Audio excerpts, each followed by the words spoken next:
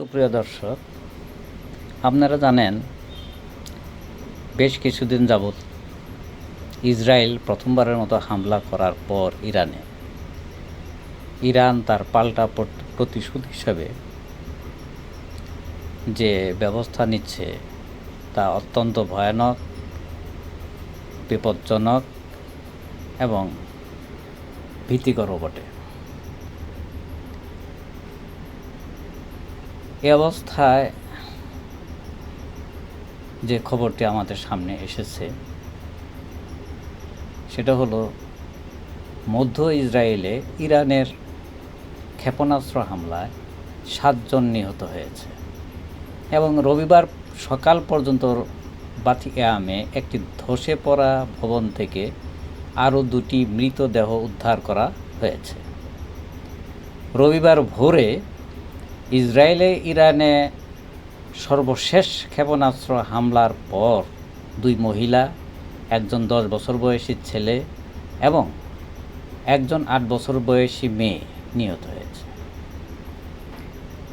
এবং কমপক্ষে 130 জন আহত হওয়ার খবর পাওয়া গেছে। খবরটি নিশ্চিত করা হয়েছে, মেগান ডেভিড অ্যাডাম ঘোষণা করেছেন এটি।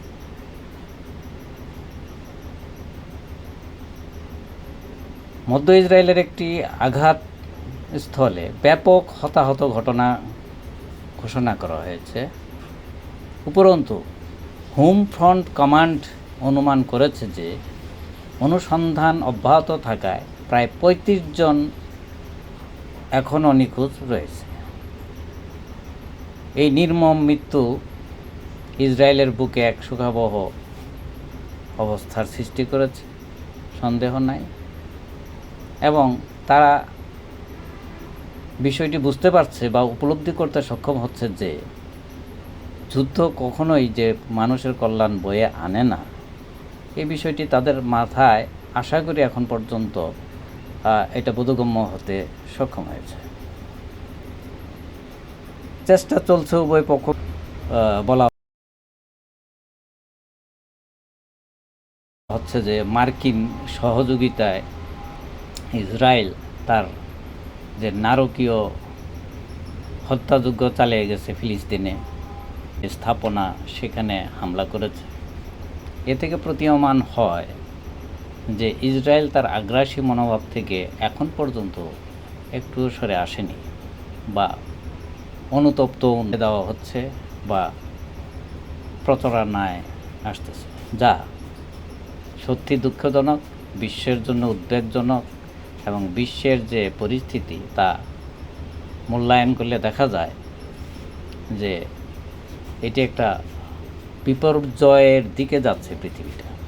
এ থেকে উত্তরণ করতে হলে আমাদের সকলকেই শিক্ষা নিতে হবে এই ধ্বংসযজ্ঞ থেকে, যে আসলে ধ্বংসযজ্ঞ কখনোই কোনো কিছুর উপর বা কোনো বিষয়ের উপর কিংবা কোনো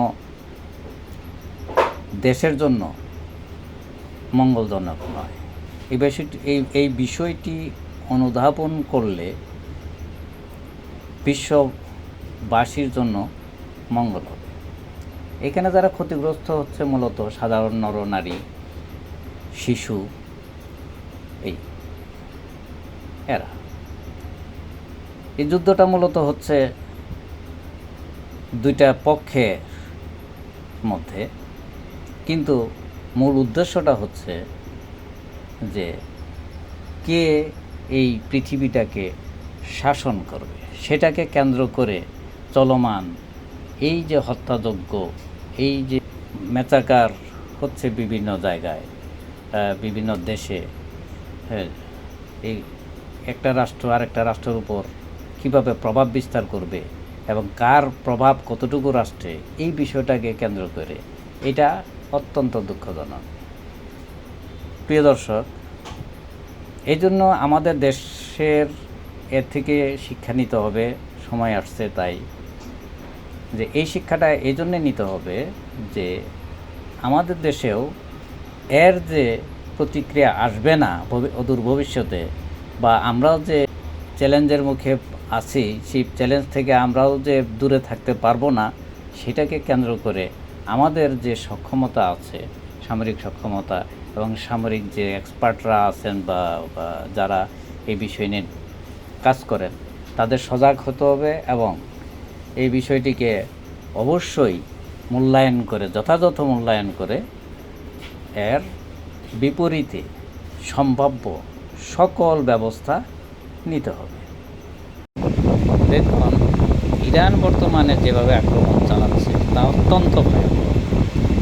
আপনি জেনে আশ্চর্য হবেন যে ইসরায়েলে অবস্থিত মার্কিন পেন্টাগন নামে খ্যাত বিশাল বিল্ডিং, সেটাও ইতিমধ্যে উড়িয়ে দিয়েছে ইরান।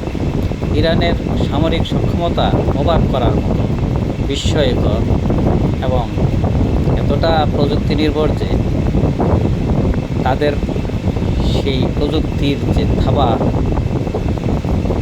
ইসরায়েলের ভূখণ্ডে আশ্রয় পড়ছে তা রীতিমতো ইসরায়েলকে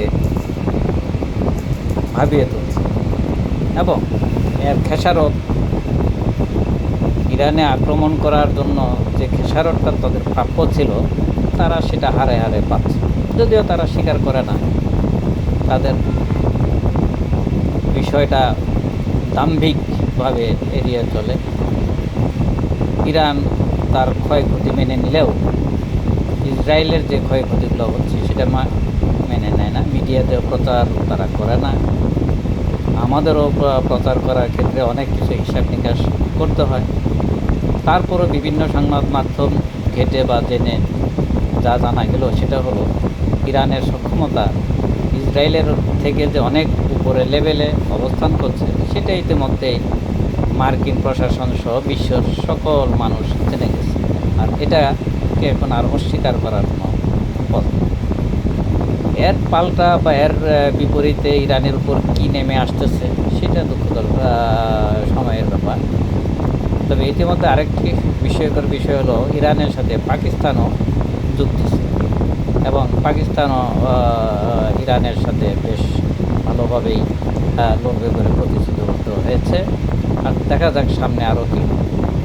পঞ্চম দফা মতো ইরান আজকে যে তাণ্ডব লীলা ইসরায়েলে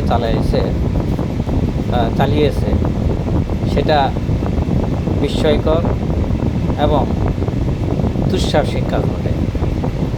আশা করা যায় এভাবে চলতে থাকলে অতি শীঘ্রই একটা সমঝোতা বা যুদ্ধ খেলার অবসান ঘটবে, অথবা এই যুদ্ধ বিশ্বযুদ্ধে, তৃতীয় বিশ্বযুদ্ধের রূপ নেবে, যা ভয়ঙ্কর প্রলয়ের সৃষ্টি করবে।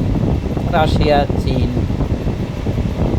আমেরিকা সহ বিশ্বের সকল দেশই এতে জড়িয়ে পড়বে এবং মহাবিপর্যয় সম্ভাবনা উড়িয়ে দেওয়া যাচ্ছে না এই মুহূর্তে।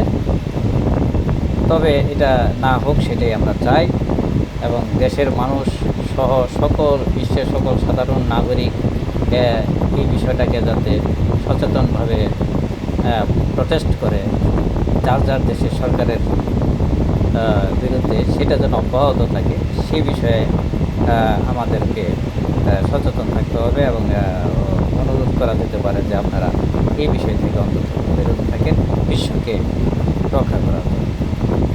ধন্যবাদ। দেখুন, যুক্তরাষ্ট্রের পররাষ্ট্র দপ্তর সম্প্রতি বিজ্ঞপ্তির মাধ্যমে জানায়, পর্যটন ভিসা আবেদনকারী যদি মূলত সন্তান জন্ম দেওয়ার উদ্দেশ্যে ভ্রমণের পরিকল্পনা করেন তবে সে আবেদন সরাসরি বাতিল করা হবে। বিষয়টি শনিবার 14 জুন ঢাকায় যুক্তরাষ্ট্র দূতাবাস সামাজিক যোগাযোগ মাধ্যমে এ বার্তা জানিয়েছে। ফেসবুকে উল্লেখ করা বার্তায় বলা হয়েছে,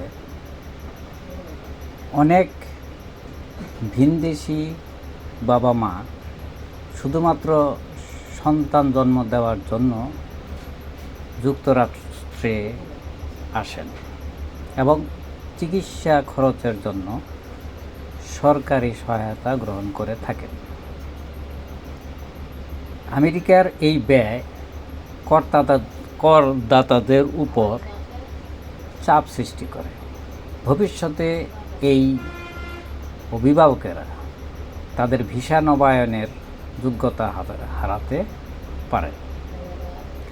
উল্লেখ্য, মার্কিন সংবিধান অনুযায়ী যুক্তরাষ্ট্রে জন্ম দেওয়া শিশু স্বয়ংক্রিয়ভাবে নাগরিকত্ব পায়। অনেক সময় এই নিয়মকে অপব্যবহার করে থাকেন বিদেশি নাগরিকরা, যারা পরবর্তীতে সন্তানকে অ্যাঙ্কর বেবি হিসেবে ব্যবহার করে যুক্তরাষ্ট্রে স্থায়ীভাবে বসবাসের সুযোগ পেতে চান।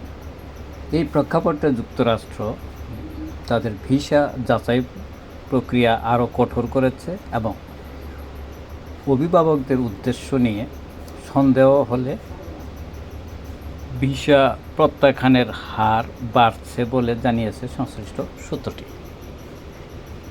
দেখুন, এই বিষয়টি কিন্তু উদ্বেগের বিষয়। এই বিষয়ে সকল দেশের নাগরিকের সচেতনতা দরকার। মূলত বিদেশে যারা যান বা যাবেন বা যাওয়ার জন্য চিন্তা করছেন, তাদের একটা স্বচ্ছ ধারণা থাকা দরকার। তারা অত্যন্ত মূল্যবান, এটা নিঃসন্দেহে, কারণ তারা বিদেশে গেলে ওই দেশ, সংশ্লিষ্ট দেশ, যে দেশের বিদেশে রেমিটেন্স পাচ্ছেন, দেশের উন্নয়নে তারা কাজ করতেছেন, সেটা ভালো। কিন্তু সেটা যেন মার্কিন স্বার্থের আবার আঘাত করে এমন বিষয়ে অবতারণা না হয়, সেই দিকে দৃষ্টি রাখা দরকার। এই বিষয়কে কেন্দ্র করে আমরা যেটা বলতে চাই বা আমাদের যে চিন্তা ভাবনা, সেটা হলো দক্ষ কাজ শিখে পৃথিবীর যে কোনো জায়গায় আপনি কাজ করেন, কোনো সমস্যা নাই, কিন্তু কোনো অবস্থাতেই ওই দেশকে বিপদগ্রস্ত করতে যাওয়াটা বা করাটা বা উস্কে দেওয়া, বিপদের বিষয়ে উস্কে দেওয়াটা, এটা কিন্তু মোটেই সমীচীন নয়। এই বিষয়ে বিশেষ করে বাংলাদেশের নাগরিকদের একটু সতর্ক থাকার জন্যই বলা হচ্ছে। এই জন্যেই যে আমাদের দেশ থেকেও যেহেতু ওখানে যান, তারা কোনো অদূর ভবিষ্যতে বিপদে পড়তে পারে। তাই যে কোনো বিশ্বের যে কোনো দেশে গেলে সেটা যেন অসৎ উদ্দেশ্য না হয়, সেই বিষয়টা